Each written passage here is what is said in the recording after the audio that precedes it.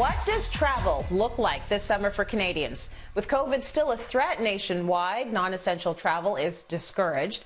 But what exactly are the rules when it comes to travel this summer? Travel expert Natalie Preddie is here to break it down for us. And Natalie, thank goodness for you, because the rules keep changing. So let's start with airline travel. What's happening with the airlines?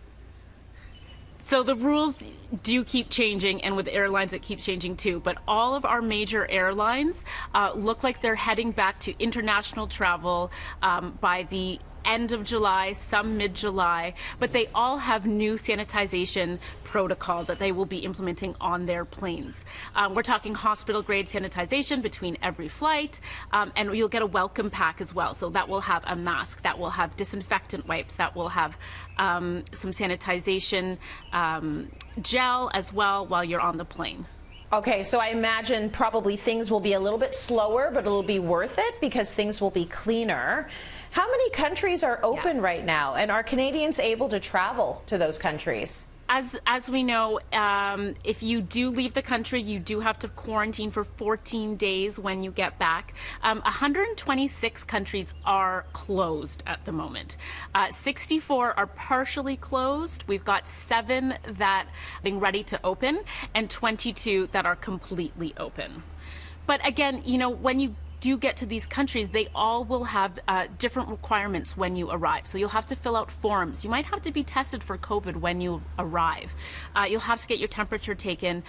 You'll have to wear a mask while you're on the island. I'm assuming that's because that's where I would like to go, wherever you go. And some places have curfews, and they even have their own restrictions. So when you get there, you have to quarantine for 14 days, and that can be tough when you're trying to make vacation plans. Oh man, can you imagine? You go to the island, because I'm right with you, 14 days there of quarantine. You come back home, 14 days of quarantine. It's like, okay, so I just took off 6 weeks so I could take a week vacation. It feels kind of crazy. Yeah, exactly. What about the train? Is that a possibility?